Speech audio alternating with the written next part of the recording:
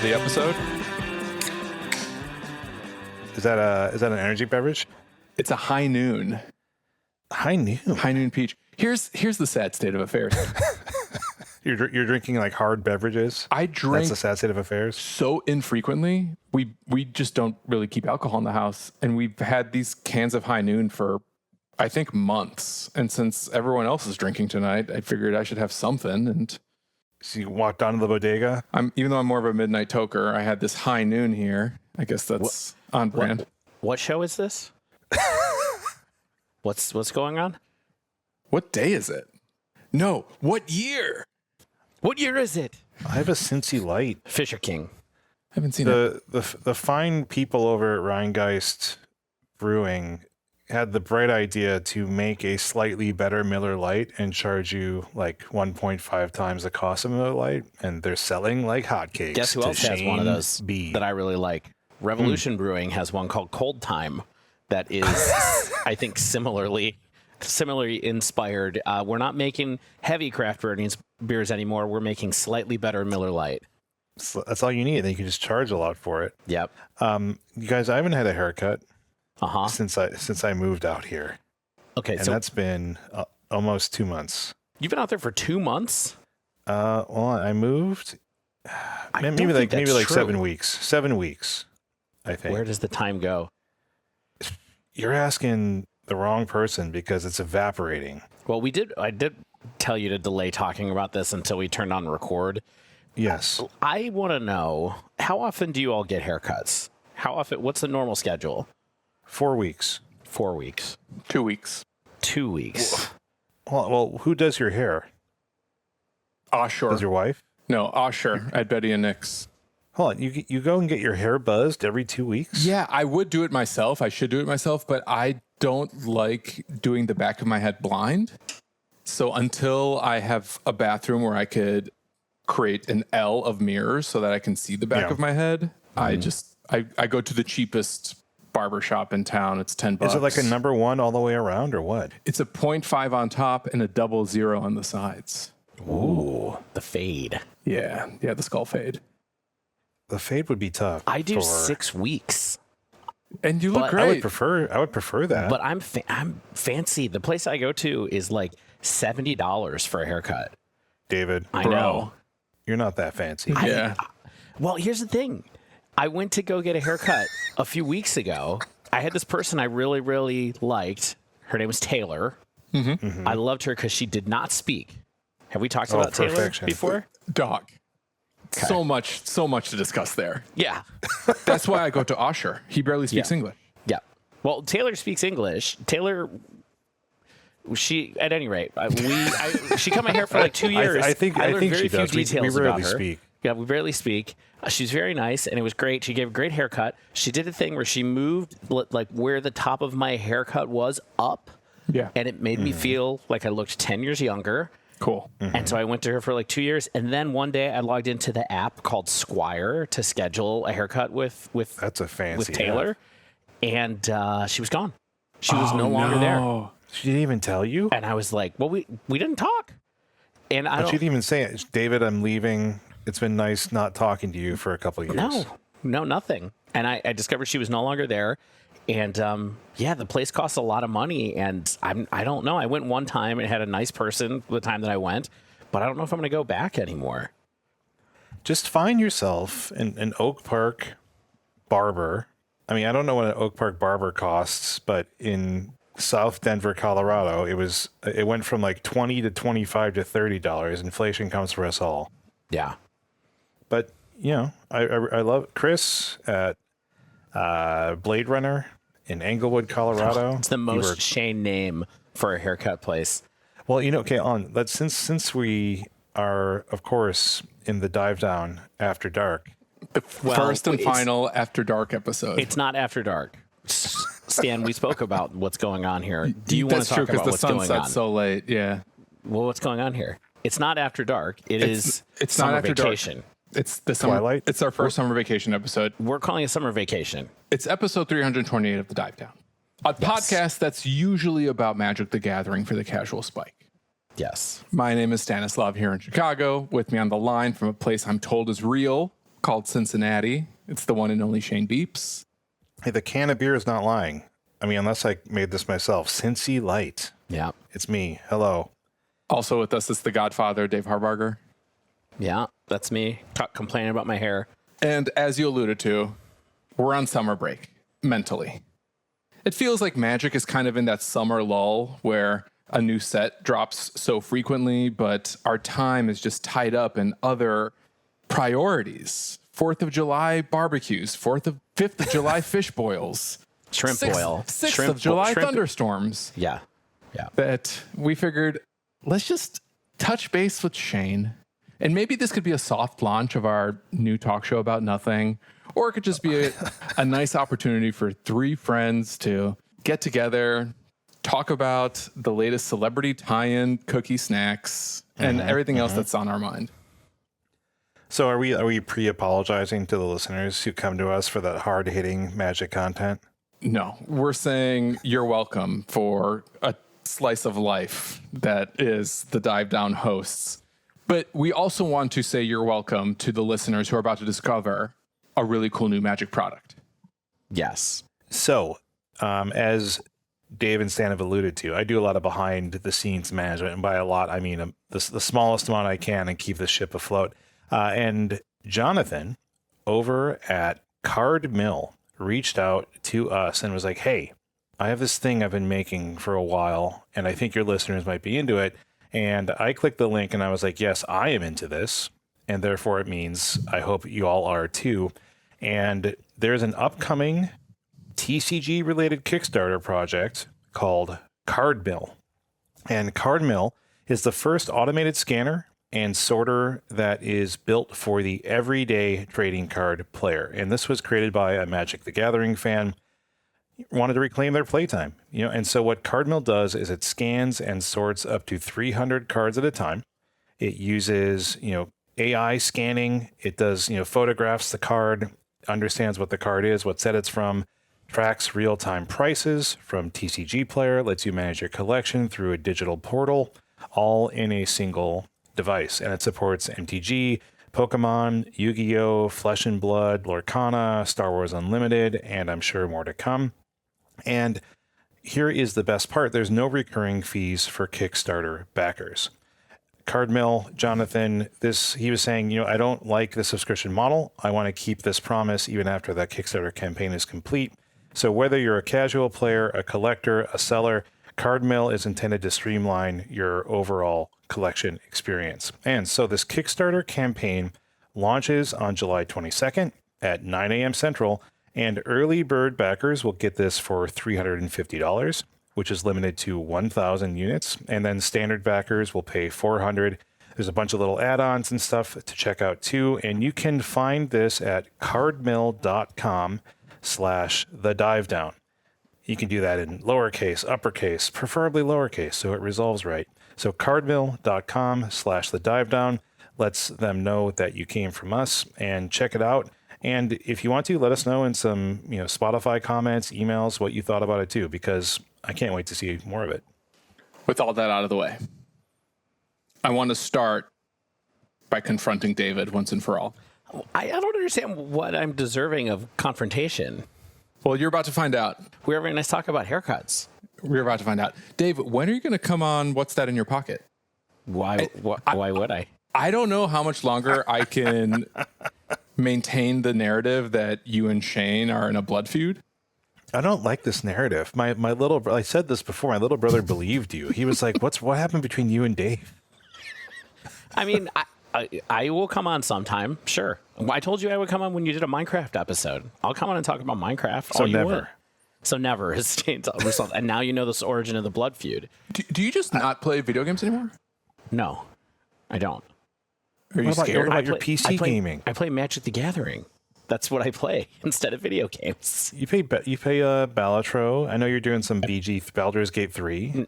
That was 2 years ago, Shane, that I played counts. Baldur's Gate 3. And That's last year I played Balatro. And right now I'm just playing Draft. I'm just playing Limited mostly. Sorry, Modern fans. I mean, I like Modern too, but I am playing drafting Magic. I'm glad we've come full circle And to Commander. this, David. Yeah. Limited is what got me back into Magic with you. Mm-hmm. And I'm glad it can be a focus for you yet again. What was it about Baldur's Gate and then Balatro that got you to play video games when normally you don't? Well, number one, is it B? You like B games? Yes, I love B games. I played Baldur's Gate 1 a zillion years ago and had fond memories of it as being one of the last video games that I ever got really into on PC. And so when there was a ton of hype around Baldur's Gate 3, I was like, I'll check it out. And everybody in the Discord loved it. And so then I played it and was like, yeah, this is pretty fun. And I never finished it. I got halfway through Act 3 and then was like, I'm out. I'm good. Wow, that's like so far though, isn't it? Yeah. Yeah, I don't need to go further. And then Balatro, I also had it on my work computer and it took up over 100 gigs of space on my computer. So eventually I just had to delete it in order to edit videos and such. Yeah. And then as far as Balatro goes, I do like those kind of video games, puzzle games. You know, I like the Magic model of gaming, which is many short sessions at something you're trying to get better at over time. It comes from poker in my mindset. Then Balatro is that. So many video games are that. But what other ones are good? I mean, okay, Slay the Spire. Balatro. No, I think you're thinking too small, Dave. I think you're sort of identifying games like deck builders as like the bite-sized games where you do like runs, right? Mm-hmm. I think, any roguelite, rogue-style game can be an extremely short session, sure, right? And then you are doing the same thing and getting better at it. But I think that even applies to any number of, I'd say, like twitchy or like reflexy type games, like platformers, where it's like, you can literally do one screen and then you can turn it off because like, oh, I finally got through this really hard part or this really hard level. And I think a lot of games can be broken down into many more granular fragments than being like, I have to play the entirety of the God of War campaign.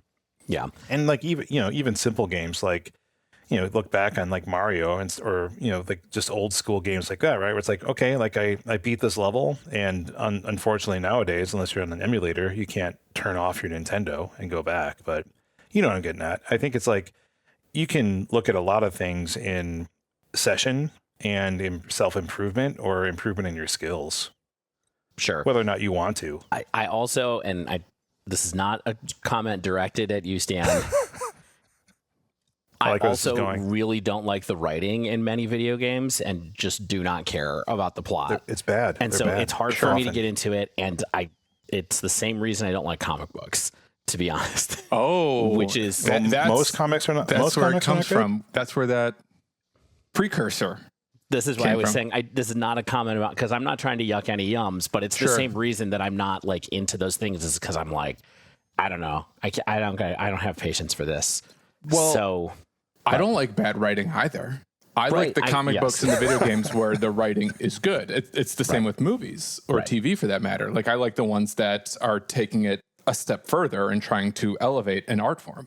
Yeah, I like TV. I like bad TV sometimes. Or TV that you guys think is bad. At least I just think I have a broader acceptance of camp and things that are done stupidly or purposefully stupidly, I guess. Yes. But magicians. Yeah, we can talk about the magicians all you want to. This whole episode is becoming about me talking about why I don't like video games and why I continue to like Magic the Gathering. I have more grievances to air with you, Dave. Don't you worry. Oh, perfect. How are we going to fill an hour without our personal grudges? Yeah. But I would love to come on and talk about Balatro if you guys talked about that, or if there was another game that captured Monster Train 2, Slay the Spire 2. Yeah, Slay the Spire 2. We could do that when the time comes. I was really bad at Slay the Spire, honestly. Like I played it plenty of times. It's harder than Balatro. But I only won one run the entire time I played Slay the Spire. And I've won plenty of runs at Balatro. I haven't completed that. So I will come on for something like that for sure. I also play a lot of video games with my kids. Yeah. And so that dynamic colors the stuff that I actually spend time on. But honestly, I cannot get them to play anything other than Minecraft, like almost 100%. Tell me about how kids are engaging with Minecraft, Dave. We're becoming just a side episode of What's That in Your Pocket, which is fine with me. What do kids do in Minecraft? I can tell you what like my 13, 14-year-old nephew was doing with like his friends in Minecraft, and I find it very disturbing. So it's just the two of them. I bet it's the same thing because I have two sons, and I bet it's the same thing. Did they make baby factories? No, they haven't figured that out. But I did send you a video where my older son made an actual functioning Steve's Lava chicken shack where you moved a lever. Yes, that ruled. The chicken fell into lava, turned into cooked chicken, and then when you opened a chest, there was a cooked chicken in the chest. And he was very proud of himself for making that. It was a beautiful booth. I don't think you guys could see the giant chicken that he had built on top of it. Oh yeah, you said show the chicken. Yeah, show the chicken. Show the chicken. How hard is it to build like a Rube Goldberg machine in Minecraft like that? It's hard. It's does he watch a hard. YouTube tutorial and then emulate that, or is he just so good at Minecraft that he can visualize the steps he has to take in constructing something? So you guys have to understand, like, what's going on here is because I have a nerd for a son. Thank God. No, they just consume, both of my kids, 9-year-old boy, 6-year-old boy. They get up in the morning. They're allowed to watch TV for a little bit in the morning before they go to school or camp. They just watch Minecraft play along videos the entire time that they're allowed to watch TV. They have 4 or 5 creators that they're allowed to watch. They only watch those people. Then whenever they have a screen, they just play Minecraft, and they've just started to realize how to make things that are complicated like that. For a long time, it was like, oh, we're just going to load up things with TNT and blow a huge hole in the side of the world, or we're going to make not a baby factory as you talked about, but we're going to make a zombie spawning factory and have all these like automatic monster killers and stuff. Like it's wild what goes on in creative mode. They do not play survival mode. I don't know who does. The YouTubers play it, I guess, because what they do is they watch people win survival mode on YouTube, and then they just go and do other stuff on Minecraft and like pretend they're doing survival mode. I think I don't know. This like reminds me of like the evolution from normal Lego to like Lego Technics, but with a ton of video support that I didn't have when I was like 11 or something like that, right? And it's like I'm just building everything out of like the little instruction manual that came with the Technics set, where like you can build 4 different vehicles with this, right? And I'm just like, but I didn't have the creative spark that much to like build something whole cloth. It's kind of like you have a video game Technics lab where you have all these moving pieces that can interact and power other things. Yeah. And I don't know what's next for them. Like I've done different things. I've made like Grand a custom Theft Auto, server, probably. Yeah, Leisure Shoot Larry. I've done like the Java version, like world builder, terraforming apps, and we've tried to like build our own worlds. We've made our own servers, like that kind of stuff, and it just doesn't. They're mostly just vibing when they're in there. You could try showing them SimCity or whatever the new versions of that, like Skyline something. Yeah, we have those on iPad, and they tried them a little bit. Actually, there is this game that's a little bit like SimCity that my kid likes, although this is one, Shane, that you might remember from way back in the day. Do you remember a little game called Populous back in the day? Of course. Okay, so this is a game called World Box that is kind of like Populous, where you have these different societies like battle. It's like a turn-based battle simulator between different little countries, kind of, and it has a creative mode and a survival mode, and my son's been getting in a survival mode with that too. But yeah. Anyway, I'll come on What's That in Your Pocket. Maybe this is a crossover episode. We put this in both feeds and see what happens.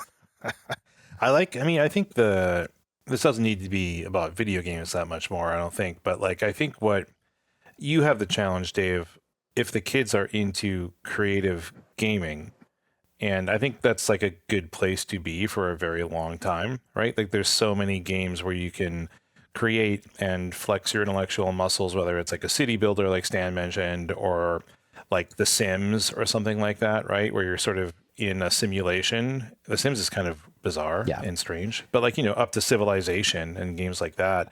But it's like the complexity leaps between those various tiers of games, I think, can be a little like challenging for kids, right? Where it's like, well, I'm in Minecraft now, but where do I go next? And maybe it's nowhere until they're like 14, because my nephew still's into it. And I tried to even play Terraria, and he was like, the controls are too complicated.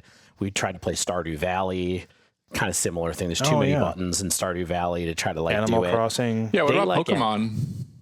They're Like just Let's Go Pikachu or something. They have never hooked onto those. Like we finally bought Let's Go Pikachu for my younger son a couple of months ago, and he tried it for like an hour and a half and was super into it, and then just never went back. It's always, and the thing that they do now is they figured out how to network our iPads together. Like I don't know quite They how figured they did it this. out? Yeah, and they just play together. It's like me setting my grandparents' VCR. Right, exactly. They play together on Minecraft Worlds on like LAN on their iPads. That's awesome.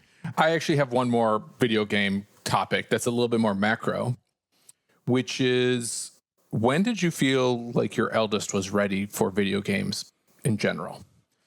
The reason I ask, my eldest has been expressing interest in them, in part because he's like seen glimpses of me playing, but also there was a couple times where I let him mess around with arcade cabinets at like the Apt appliance store or at a public library that had a bunch of retro arcades on display as part of an exhibit, which is really cool. So he's really curious about them, and I think he's titillated by the images and the fact that he can press buttons. But, you know, he's almost 4. He doesn't understand how to play or like the concept of games. Though he did ask me a really astute question about Mario, which is like, I think he asked me, how do you win in Mario? And I was like, well, you run all the way to the end and try to jump on a flag. And he's like, Right. wow. Love it. But I've been telling him that I will teach him to play video games and share my video games with him when he learns how to read. And that's kind of been like our standing deal. Because I think at that point he can start to grasp what's actually going on. But then I was listening to another podcast actually that's not about video games. I was listening to Threedom, and Lauren Lapkus had mentioned how her husband plays a lot of video games, and their children, who are basically the same age as mine, unavoidably see bits of that. And, you know, it was just so casual that this past weekend we had a lot of downtime due to the holiday, and there was a point where my eldest and I were just hanging out together, and I was like, hey man, you wanna watch me play a video game? And the ulterior motive is that I just got a GeForce Now subscription, and I wanted to like mess around with that. And I happen to have Cat's Quest 2 in my Epic account, but I didn't want I've heard to. good things about Cat's Quest. I didn't want to install it, and that's like the thing about GeForce Now is you can play games without having to install them. So he watched me play Cat's Quest for like 20 or 30 minutes, and he was really interested in it and loved watching it. And I don't think his brain melted afterwards, but it just makes me wonder like whether I should be a little bit more. Maybe this is an opportunity for us to bond, is just let him watch me make deliveries and Death Stranding or something. Well, maybe not that one. I don't know much about Death Stranding to know shake how a violent baby or scary it is. Oh, it's a little scary. There's Yeah. weird ghosts. Okay, video games with kids. I don't think I did this right for what it's worth, or like, but we first let our kids start playing iPad when they were pretty young, like maybe 3 or 2. Oh, wow. They were Okay. allowed to play games on iPad, and we had reasons for this because both of my children spent a reasonable amount of time in the hospital. Right. And literally had nothing else to do when they were sick with RSV and things like that. And so that was like a survival mechanism. Yeah. And then for a while, we were people who were like, sure, kid, you can have an iPad at the table when we're out eating dinner. Now, we don't do that anymore. And I actually think that's not good use of time, or of anybody's time there. It's not, I don't know. It's not great, I don't think.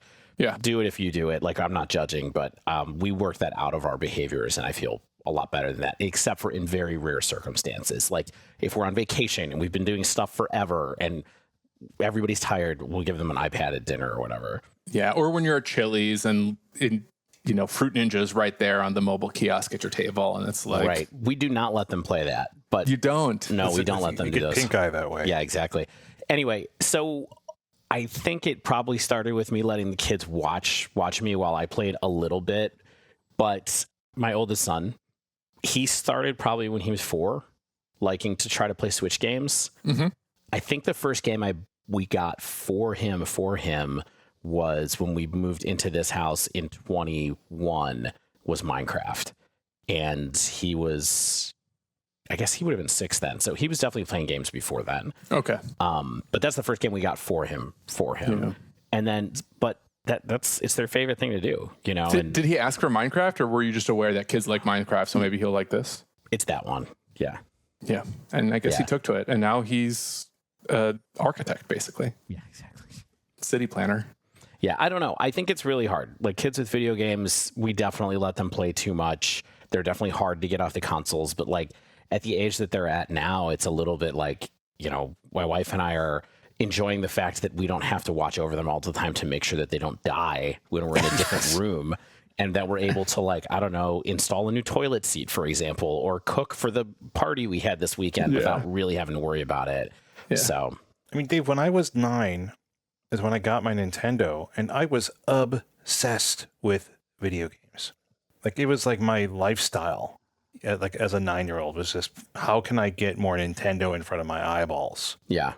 And so I think, like, you know, your Sisyphean task is figuring out, like, how do I give my children something else possibly to be interested in that's not engaging with some kind of screen thing that has a reward at the end, right? Yeah, I mean, they read, or one of them loves to read. The older you one loves to don't read. need to justify their amount of screen time with and they me. do a I'm lot all of about Legos. it. You know, Shane thinks they should have Legos. more screen time, frankly. So, yeah, I don't know. My older kid is trying to read Lord of the Rings right now, and I think I chatted you guys about this, but he's like through half of Two Towers after less than a week, and I was like, "Are we sure we're reading it? Are we reading it?" He's just like scanning everything to, like, get, what adventurous Legolas gonna have next. I am running an interesting experiment right now. Do you want to hear what the experiment is that's going on in real time? Yes. I told them. I came down here at 8 o'clock to get ready for this. I told them that they were allowed to play Minecraft on their iPads until 8:40. Oh, you want to see if they stop? What time is it right now? It's 8:40 on the dot. Should I go and survey the output of this experiment? Text your wife. She's not here. That's why I'm letting them do it. Oh, wow. Yeah. Text your child Text him. on the iPad. Oh, you know what I should do? I should do broadcast mode on the Alexas that we have in the house and just scare them and be like, turn the video games off right now. I have a grievance for you, David. Okay. It's that I wasn't invited to your fish boil. It's a shrimp boil and I wasn't crab. invited to your shrimp boil. How you always have an invitation, Shane. I don't think you would have come. Well, I wouldn't have come this weekend. Right. See? It's been absolutely bonkers. Stan also did not come. And I too have grievances. What are your grievances? Why are people compelled to schedule parties for 4th of July weekend when it's a long weekend and it's not uncommon for people to travel or go out of town? Is it calculated so that fewer people show up? Because there were 2 parties we missed in part. No, due to you're our giving travel people schedule. out. They don't have to plan anything. Yeah, and also not everybody gets to travel, buddy. But many people do. Yeah, but That's your party. But You I'm having traveled. a party when I can have a party, when I'm not traveling. It stinks and I don't like it. You don't like it. I just think holiday weekends are for the holiday. What is more of a holiday than having a barbecue on the 4th of July weekend? I don't Stan. think We so. don't all have lake houses to convert off to, Stanislav. Well, maybe you should. It's a river house. It's a river. I mean, yeah, a river runs through it. I mean, you've been doing the fish boil, the shrimp boil, 11 as I'm well years. aware. Is For it many always on years. 4th of July weekend? Yes. It's always on 4th of July weekend. So you need to plan around that, Stan. I guess so. We had a low attendance this year. We Yeah. had at least, I would say, 10 couples that we normally show up to this thing who were traveling. I don't know this how much year. shrimp did you have to eat? We only got 6 pounds, actually, and it was more than enough. It's always more than enough. But I made the best. I've never gotten so many compliments on a dish that I made. I made from scratch potato salad, including the dressing, and from scratch pasta salad, and people were going bananas over them. Oh, That's all I any have of to those say. recipes. Yeah.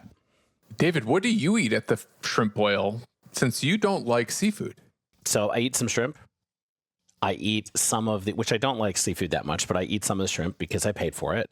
The sea bugs. I Hell don't yeah. eat the crab legs, which we also throw in there. Oh my God. Yeah, we have crab legs now. We've upped the game since the last time you've come, Shane. Okay. Yeah, I'm booking next You're year booking already next year with my wife. You can have the room. There's sausage in there. There's kielbasa in the shrimp boil as well. And then I do hamburgers and hot dogs Okay. for everybody who doesn't like seafood. And then honestly, I eat the amazing potato salad and pasta salad. Let me tell you the key to the potato salad. I was already going to ask, is this like a vinegar, like a mayonnaise? No, it's mayonnaise. It's mayonnaise and yellow mustard. Chili powder is kind of like the base of what's in it. Kewpie. Okay. Kewpie mayo is the key. Oh, I thought you meant like Kewpie chili powder. No, Kewpie mayo. Yeah. Is the key. From Costco. Ooh. Yeah. The Japanese style mayo. Yeah.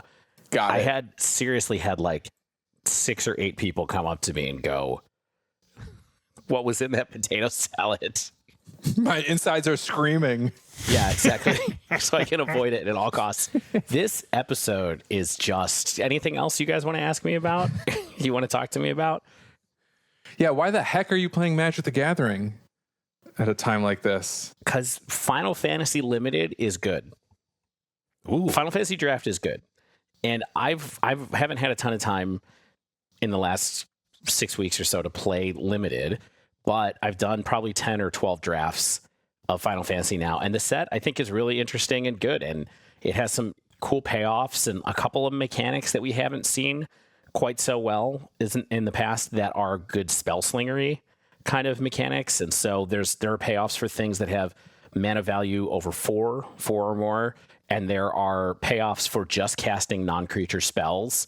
And I don't know if you know this, but there's a living weapon mechanic in the set called Job Select, which we talked about a little bit on the spoiler episode.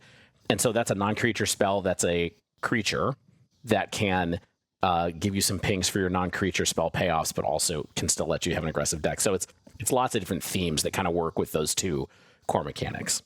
And I was enjoying it so much that the other night I managed to get 2 trophies back to back. And I don't know the last time that I did that, maybe never. How fast are your drafts? It was about an hour and a half. Oh, this is arena drafts. Yeah, arena best of 1. Does Magic Online Draft even exist anymore? Yes, people still do it. I don't do it, but like, what are the people on like the Limited podcasts? Like, are like Lords of Limited all on Arena now? They're on Arena best of 3. They play Arena best of 3 mostly. Not what best about like of 1. Limited Resources? They do some Magic Online and some Arena is what it sounds like to me from their episodes. Yeah, I mean, if Lords of Limited are doing that, then I imagine a lot of people have migrated over. David. Yeah. I have here a handful of Final Fantasy VII or Final Fantasy Magic play boosters. Right. That were gifted to me by the fine folks at Wizards of the Coast. Yep. I like using my TikTok to open the collector boosters because they're flashy. Yep. But the play boosters I try to save for actual gaming. I don't have enough for a draft, really, unless people want to buy some more. So you and I should do one of our patented seal tournaments. For sure. Or we do have a time coming up in about 3 weeks, right? To play some. No, not happening. I am not available the day. Oh, no. That's the day I drive up to Wisconsin. Oh, no. Okay. And also that day is earmarked for Vintage Cube. So I can't. Weren't you just in Wisconsin? No, I was in Western Illinois. Oh, okay. Right. On the river. There's no rivers in Wisconsin. Just lakes and streams. Not a single one? Creeks? Cricks? So I think we've gotten through, believe it or not, we had show notes for this. We've gotten through some of our show notes for this. Yeah. Yeah. So I'm going to finish Final Fantasy Limited Draft. I think it's really fun. I trophied with a black-blue deck that was kind of like control, draw cards, that kind of thing. Demir? Yeah, Demir. And then I trophied with a red-white equipment deck that was aggressive, believe it or not. And it was a lot of fun. I think the set is good for draft. Is it an open format where you can kind of draft any color pair, or is it apparent that like certain color pairs are much stronger or much weaker? So here's what I think. I don't think that they are much weaker. I think that, but I think that there are a few that are better. I think blue is the best color. And I think specifically blue, black, and blue, red are the best decks. This is consistent with what Ben from Lords of Limited said this week too, where he said he felt like it was a Grixis format. Mm-hmm. Maybe that's true, maybe it's not. I don't think green is very good, or I haven't had a lot of luck with green, so I typically kind of avoid that anyway. But in this format, I have. There's a lot of removal in this set and a lot of interaction, and so I think that if you're in blue, black, red, you're going to get those interaction spells, and that's what makes it kind of go. My favorite card probably draft right now in the set is Ice Magic, which is the unsummon not memory lapse, but the unsummon set adrift variant kind of card that has escalate, where you can pay more mana to do worse things to your opponent's creatures. Card's good. There's a couple other cards in that space that are kind of, as you can imagine, they're similar, but the blue tempo cards are good. And then there's a really solid divination in this set that lets you draw 2 cards and put a counter on one of your creatures, which is actually a bit better than it sounds like it would be. Mm-hmm. But I like the set a lot. It's fun. Nice. Congrats. That's all I've been doing for Magic lately is just that, and like looking at results from Modern here and there. Yeah. I like looking at the Modern results, especially when decks like Crashing Footfalls comes in second place in the Modern Challenge over the weekend. I mean, people are starting to talk about it. What a time to be alive. Yeah. Is it a time to be alive? I don't feel particularly alive right now. I feel very like I don't even know what's going on around me. Can we talk about what's going on with you though?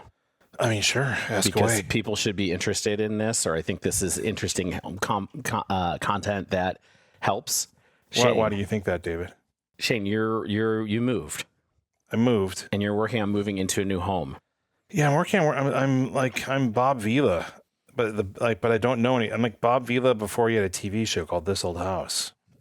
Yes, but what you have is YouTube, my friend. I do have YouTube. YouTube is nice. Reddit is sometimes nice, although you get like just the opinions of 30 different part-time and full-time contractors. Yeah. And I'm a licensed contractor, and this is what I think. Yeah, exactly. Everyone just has, it's so many opinions out there. I guess current status of me and my wife is we are still living in our like temporary condo that we're finishing the lease off of. And thank goodness we had this opportunity from my mother-in-law and we're just doing stuff to the new house. And it's kind of like, it's a little bit of scope creep where it's like, we have this time. Let's use this time. Like we have the time, and some stuff's not too expensive and some stuff is, and we're just making it work. And it's like, well, I guess we should just paint everything. And painting everything is really challenging if you don't just want to throw paint on the wall, or if you're me and you think that you can't just throw paint on the wall because you're worried about what it's going to end up looking like. And it's like, oh, well, we could get the floors like buffed, not a full strip and stuff like that. But anyway, the thing that I think I'm learning the most, and I'm sure many people who have purchased homes and done stuff to them, is like, I called you about this the other night, Dave, because I was like, Dave, you've done this a lot. I didn't want to bring this up, but I thought it would be interesting content. Shane called me. He never calls me. Yeah. He called me. Yeah. I knew when Dave answered the phone, he was concerned. Yes. I answered the phone. Like I was like, what's up? Like when you get a call from your parents at 9:30 p.m. Yes. Oh, God. Yeah. I'm always on the lookout for that. But yeah, I was reading a book to my kids, and yeah, that happened. And I was like, kids, I'll be right back. Mr. Shane needs something. And they're like, who? Oh, man, they forgot me. No, they know you. I'm kidding. And then I don't think my answer was not clear enough to not make you worried, because I said something like, Dave, I need coaching. Yes, he did. He said, I need coaching. And I was like, give me 5 minutes. I'll call you back. Oh my gosh. Who hasn't called Dave for coaching, to be honest? And so he calls me back and I'm like, he's like, Shane, what's up? And I'm like, oh, I just realized you probably think something's wrong. Like, no, like relationship's good. Life's good. Everything's okay. It's like, your kids, Dave. Are you dying? No. So, I was like, Dave, you've done so many projects, on your home, you and your wife have done so much, and you've sort of just, continued to push forward on these things without apparently freaking out. And I was like, what's your mindset and your approach to doing this kind of stuff? And again, this is not like DIY podcast, because I think this can be applied to any number of things when you're feeling like, hey, I have so many things that I need to take care of. How do I keep these things in order? How do I prioritize? How do I not get overwhelmed with this amount of stuff? And the advice was like straightforward and made total sense, right? Which is like, compartmentalize, write things down, do one. And that's what my wife said. She was like, I could have told you that. And I was like, yeah, but you didn't. Yeah. You didn't say to write things down. Actually, we've been talking about these things and not writing them down. Exactly. Yeah, I think the 3 things that I said to you were go room by room, Don't get spread out and spin out and try to do everything at once. Finish a room, then move on to the next room for as much as you can.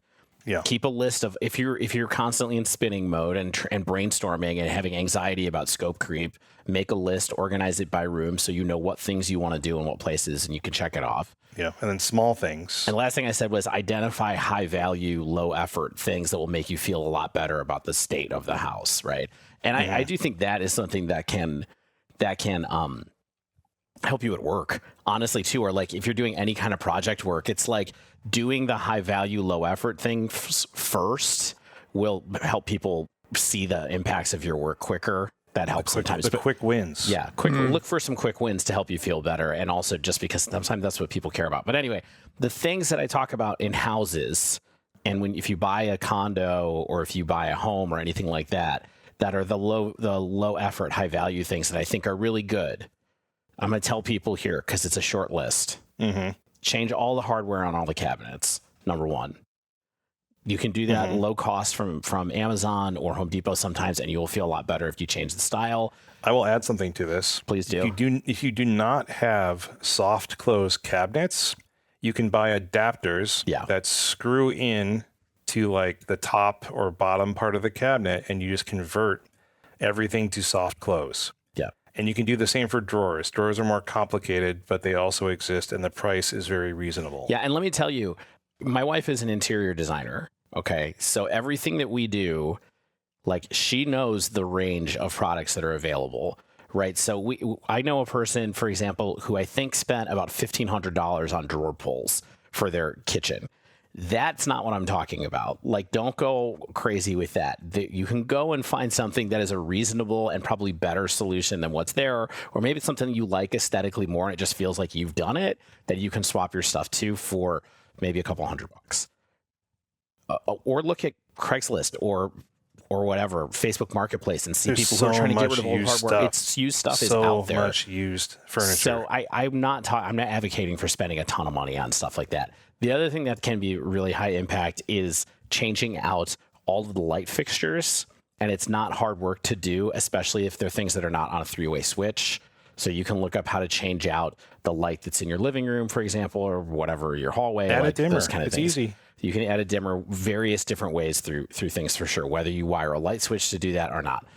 And then the other thing that we do always is in the bathrooms, we always take the mirrors out of the bathrooms and put new mirrors in that match our style better. And that's another thing that I think people forget is literally just like a picture hanging on the wall quite often because people don't really do medicine cabinets anymore. So if you take the mirror down, it's usually just on a hook. You can gently take it down and then put up something else that you like better. And faucets is another thing that are pretty easy to change out for a different fixture that you might like better. Yeah, they're not bad. Or it's less beat up and works properly. One thing I'm already looking at that you mentioned, and I always look at these too, it's just something I see, and it's just like these floor grates or these wall grates. Oh yeah, right? I talked about that too. Yeah, you know, they're painted over, or they're like nicked up, or they're just like cheap metal.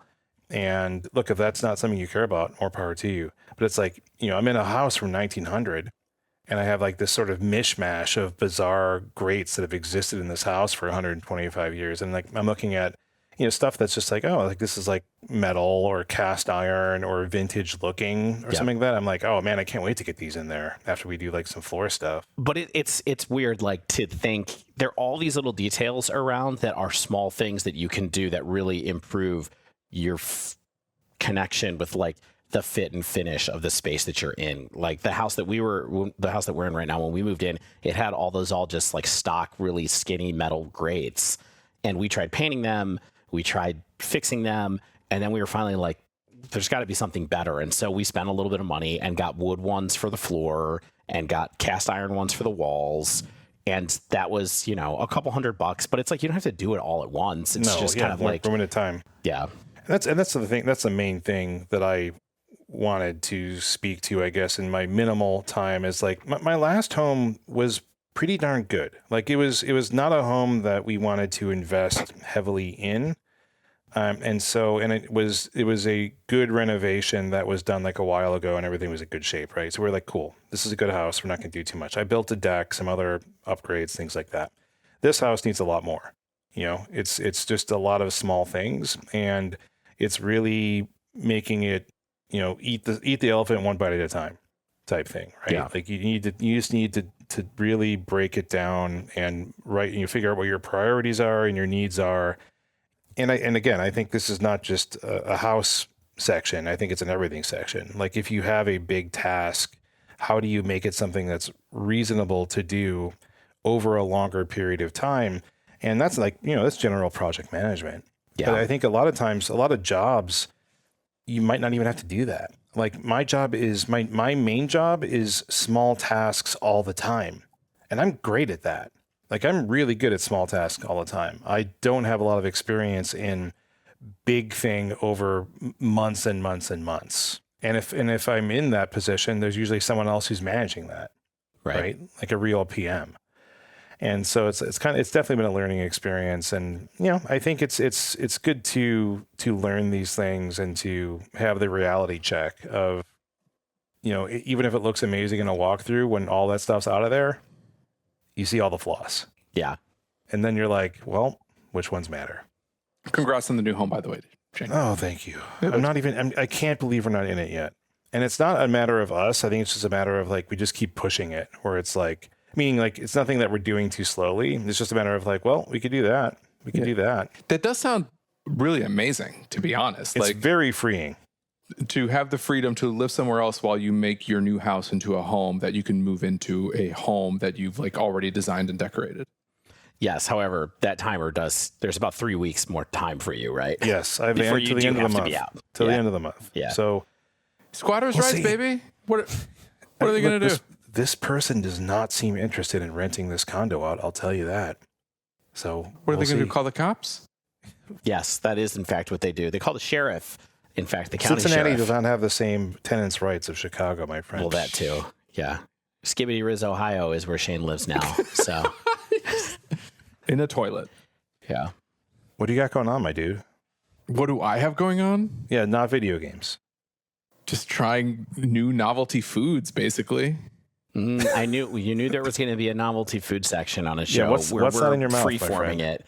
You know what's So, in my yeah. mouth? You know what's in my mouth this weekend? And it was a hit, a slam dunk. Everyone loved it. Everyone loved it. Selena Gomez Oreos. They're really good. You know what I think I've learned is that every time the Oreo Corporation does a celebrity tie-in flavor, you have to try it. Because I heard the Post Malone Oreos were also okay. But the Selena Yeah, the posties were good. But the Selena Gomez Oreos are so good. I don't like regular Oreos. The only Oreo like I would say that I kind of enjoy are the thin lemon ones.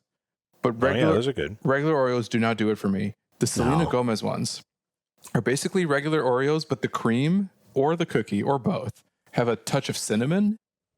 So it goes really well with your morning cup of joe or your afternoon cup of joe. But B, we had the sleeve out on a kitchen island, and anytime anyone ever walked past them, they would just like grab a Oreo and constantly comment on like, man, these are good Oreos. And we were staying with my in-laws, and they also had friends visiting from out of town as well. And it's just everyone from all walks of life loved these friggin' Oreos. So how many packages did you go through? Well, I only got one. Oh, no. It was- Rookie mistake. Well, I had to sample the goods before I committed to it, especially because I'm not a big Oreo person. Are you a Selena Gomez guy, though? She's got a couple bangers, of course. I mean, and yeah. of course, and you know that movie I like her cooking show. Spring Breakers. You guys see Spring Breakers? I did no. not. You got to see Spring Breakers too. Harmony Korine.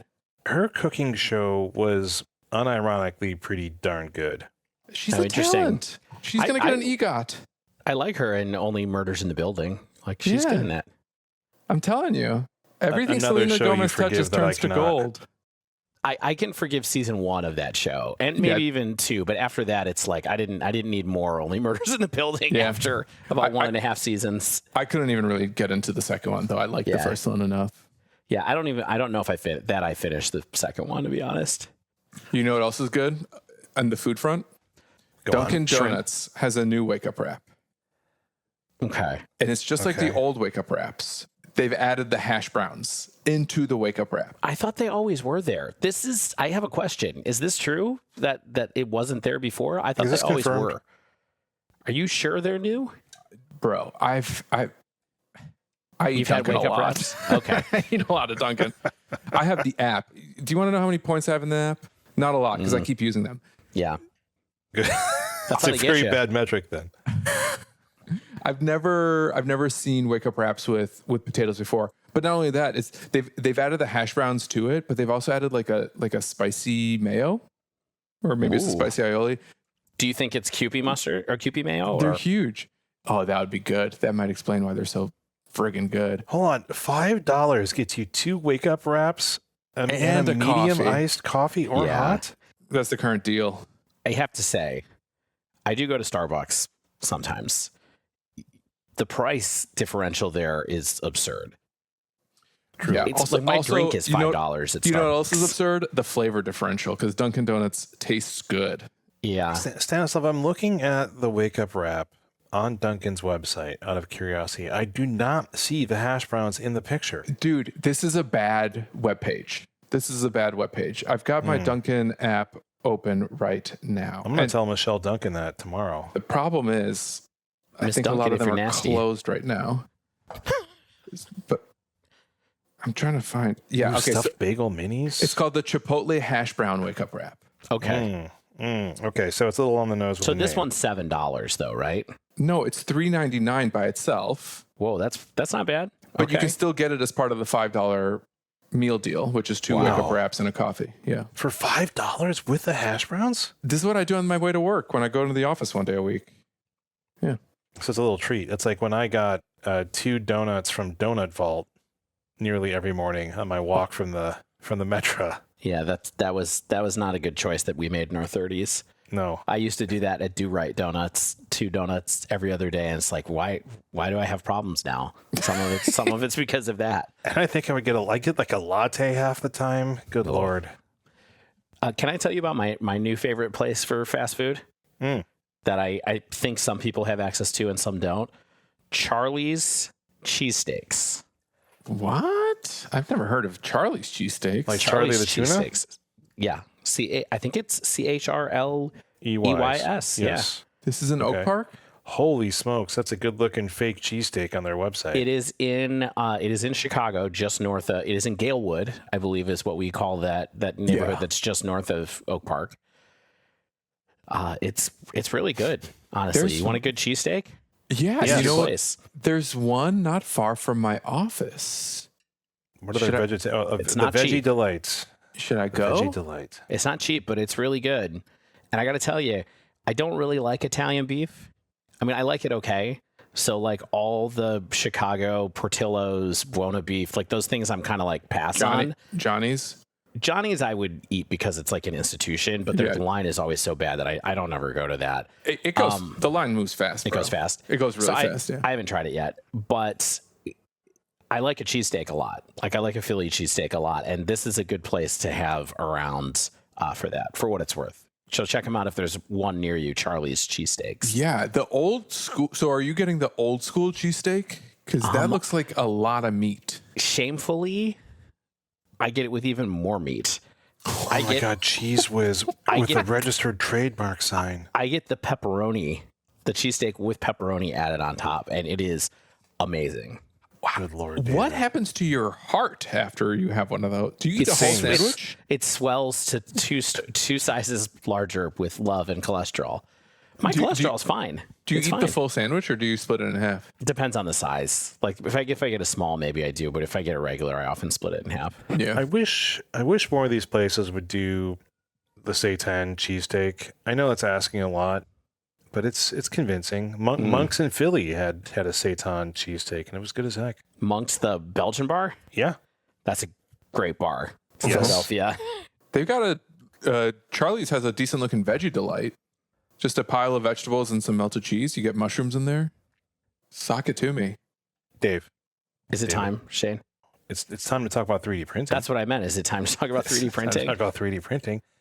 Dave, so I have been holding off on the 3D printing for so long. This is Stan's nightmare, though. He's on a podcast because he gave me so much ish last year about me being into 3D printing or enjoying having a 3D That's printer. true. You're right. We And did. Now, now- like once a month, I like send you a wish list. Well, you do that too, but now Shane has one as well. So now he has to hear about it through various channels. No, we have a secret thread. We do. I think it's really nice that you old men have a hobby. Okay, so it's how here's you the thing. curb elder male loneliness. I haven't gone. That's why we're here, isn't it? Yes, that's why we've been here. Summer break. The episode of this episode title is Summer Break: Curing Elder Men Loneliness. So I guess I haven't gone into the hobbydom aspect yet because I'm still in the getting my feet wet stuff, and I'm printing like baby's first prints. Like I'm printing like drawer organizer trays that then I can or the framework that I can then print like the little cubby things for various objects and then place them on there. Like I'm trying to figure out what's like functional, what will actually embetter my life. I printed a Switch 2 grip. Yeah. That How did that go? It printed fine until like the last maybe like 5 minutes, but thankfully it was not mission critical components. So I think all the stuff that needed to get printed got printed. I need to sand it so that it doesn't like scuff my Switch. But once I do that, I think it's going to be sweet. And but yeah, I mean, it's cool. My brother got really into 3D printing. I was like, are you loving it? Because I feel like you can get bit by the bug pretty easily. Like I did. I just feel like it's an incredible thing. Like I imagine this thing, or I need something in my house, and I'm like, well, I could probably 3D print it. Like for example, we went to go see Weird Al last week at Ravinia, and it got rained out. Okay, that sucks so much. I know it does suck, and we have in our backpack for picnics, we have a pack of Uno cards to play with the kids. The box for the Uno cards got destroyed, but the cards are fine. So I was like, well, I could probably 3D print a new box to put the Uno cards in. 2 hours later, I have a box made out of the plastic that I have in the house already to like put my stuff into. And I know some people go, well, that's just wasteful of plastic. And it's like, but I'm reusing my cards and it's stuff that I already have. And yeah, I mean, I think what's also, really surprising to realize about 3D printing stuff is it's still, there's a variety of ways that kind of makes it a little bit more efficient than like the chain of manufacturing, capitalism, and shipping that gets stuff to you as well. But you're also printing something that you hopefully will like the first time. You're not like returning something to, Amazon.com or wherever else, right? Yeah. And I mean, there are people who even go so far as to like recycle the plastic stuff. Like you can, it is and it's like, you said it's like corn. I think it's frequently like corn based. It's corn based. PLA is corn based. Yeah. It's meant to be like more, ostensibly biodegradable.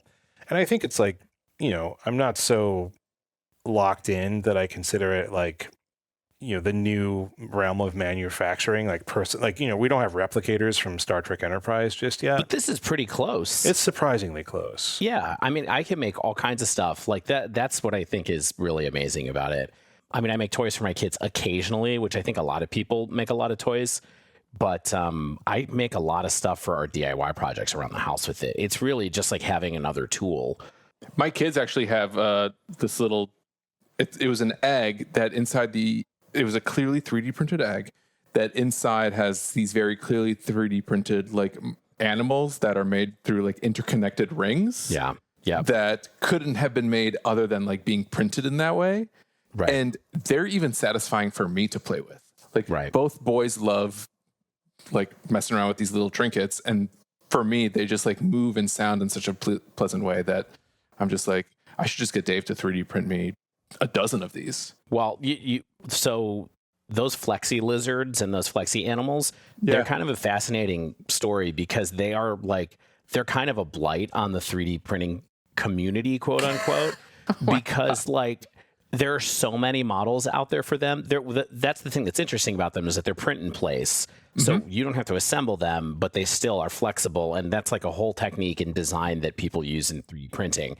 But when you go to like, I don't know the last time you were at like a flea market or a county fair or an arts fair or something like that, but there's a lot of 3D printed lizards Yeah. like articulated lizards at those things, right? I saw those at the Magic tournament we went to in Indianapolis. There was like one of Right. the booths had like amongst all the nerd stuff that they had, they also had these giant 3D printed lizards that were like the length of this can. Yeah. And I'm not like And a the huge girth fan of the can those. too. Wow, that's a real lizard. That's kind of stuff I'm like, oh, it's kind of gives 3D printing a bad name because people are like, why are they just making all these trinkets? But at the same time, it's like kids love these things. I printed one. So my sons got one at a birthday party that they went to. Like one of them got in a gift bag, there was a 3D printed lizard. And the other one, the littler one that wasn't there, was really sad. He's like, I want my own lizard. So I found a model. I printed one online. And I printed it in translucent red filament, so like you could kind of see through it. Sick. And he was like, I love this. I'm going to call it Ready. This is my lizard Ready. For the last 3 or 4 weeks of school, he carried it around school. Like he had it in his backpack. And then when he went to his after school program, he was allowed to get it out because they're allowed to have toys there. But he told me that all of his friends at after school wanted one. And I said, I will make them for your friends as long as they send me a nice note asking nicely for lizards. Do you want to guess how many I got? There's 20 kids in the program. Do you want to guess how many? 14. 30. I got five. I got 5 notes with kids asking for their own Readies. So I did make a bunch of those for kids at the end of the school year. Probably made my younger son really popular with everybody. He was like, here, I got yours for you. Like, here you go. No, that's not. That's a nice thing for sure. I'm still not sure why they're the bane of anyone's existence. It sounds like a thing that people really love that you with the 3D printer can produce. I think it's more that when I see that stuff out at like the craft fairs and those things, the people who have those have tables that only have those, or Like they're tchotchkes. they're selling like tchotchkes, or they're selling like unlicensed Wolverine head models Yes. and stuff like that, which is like, And you're it's like, fine. This is not cool. Disney owns this head model. Well, I mean, listen, I'm not worried about those trademark implications, but I am a little bit like, and You're I'm just not making good more at, garbage. I'm not good at 3D modeling, but I'm like, I like to try to model my own stuff, and like, and I'm using it as a tool in DIY the same way I use like a hammer or a saw or something like that. But it is interesting to see these places that are like, every kind of like county fair that you go to has the table with the 3D printing and the 5 tables of people selling homemade barbecue sauce. And it's like, this is the weird, like at home cottage industry stuff that we have going on that is fascinating, but also kind of repetitive to me, where I'm like, couldn't you figure out an angle on these lizards that you're making, or these Wolverine heads that you're making that you didn't model? Or And frequently these models are like not meant to be sold, which is like, it's like a Creative Commons type sharing model. Not exactly, where people are like, here's this model for you to print and like do stuff with, and perhaps even like modify with attribution and blah blah blah, right? yeah. And then when people turn around and then turn that into something that they're then trying to sell, it gets a little icky for me, because it's like someone else made this to be given to the community, and then you are taking that and trying to turn a profit on it, which is like, people do that all kind of times, right? Yeah. Like they make a recipe and then sell the cookies, but Yeah, I mean, I don't hate it. It's a little bit like, okay, fine. It's not for me, I guess. But it is one of those things where I'm just like, couldn't you figure out your own? Like, couldn't you put a light inside it or something, like, to like, I don't know, make it your own? But whatever, not a big deal. I do love 3D printing, Shane. I'm excited to make my desk. Like, right now it's like I'm setting up for the future, but like definitely this thing's going to be churning out a lot of stuff in the new house. But here's why I'm really excited about it. And Stan, I think you'll as soon as I start saying this, I think you're going to know why I'm excited that Shane is into 3D printing. What do you have any guess of what I'm going to say? I don't have any guess. No. Okay. So Shane Pornography. is the person who will figure out how to tweak and optimize the settings in a way that I am not capable of doing or have the patience to look up on my own. So like when Shane was saying he's still doing like baby's first prints, I'm not doing complicated stuff here. Like my like understanding of the technical aspects of the tool are not that good. You know what I mean? But I'm making stuff at home. I'm modeling things like within my skill set. But sometimes I have stuff that goes wrong that I don't know why it goes wrong. But what's going to happen is Shane is going to start to have stuff that goes wrong for him. And then he's going to be like, oh, you need to adjust the overhang ratio carbonization from 0.1 millimeters to 0.05 millimeters, and then you're going to be golden. And then we're going to have real conversations. I mean, and I have my brother is hardcore. Like I got his hand-me-down with money exchanged hands, but he got the new, I think it's like $2,000 plus. The H2D. The H2D. Yeah. And I'm getting his old quote unquote P1S, which I think a lot of printer people would be very happy to have in their house. That's the same printer I have, the P1S. Yeah, and it's dope. It's very easy to use. I like it quite a bit. Yeah, so we'll see where that goes. But I'm mostly excited to have a resource who can explain some of these things to me. Yeah, I can't wait to nerd out. Right now, all nerding out is on hold. I'm barely playing video games. I'm not printing a lot. I'm going to work, and then I'm doing stuff in the house. We have a blessed few days when other work is being done that does not include me. I'm just relaxing. Watch some movies. My friends, I'm glad to guest spot on this chit chat episode. I hope the listeners out there enjoyed hearing us talk about nonsense, because I sure did. This is highly valuable nonsense that's going to change people's lives, and will probably be our best downloaded episode in months. Mm-hmm. Maybe. And I think that wraps up this week's show. If you haven't yet, make sure you rate, review, and subscribe to our podcast to get the latest episodes as soon as they come out, and share some feedback on Apple or Spotify. If you'd like to reach out to us, you can find us on Blue Sky at The Dive Down, or email thedivedown@gmail.com. If you'd like to support the show, you can join our Patreon at patreon.com/thedivedown, and check out our swag shop at thedivedown.com/store. Check out our newest sponsor, CardMill, over at cardmill.com/thedivedown, and sign up for their Kickstarter for their new card sorting technology. Head over to Heavy Play to get some incredible deck and dice boxes and playmats featuring the EquipMag system. Use promo code TheDiveDown2025 for 10% off your first order at heavyplay.com. Also, shout out to Mana Traders for sponsoring The Dive Down. Sign up for Mana Traders using promo code TheDiveDown, all one word, to get 25% cash back after 3 months of service with their online rental platform. And use code DIVE60 to get 60% off your first subscription at magicmind.com and their mental performance shots. As always, special thanks to the bands Nowhere and Spaceblood for letting us use their music. And until next week, get out there and enjoy your summer vacation.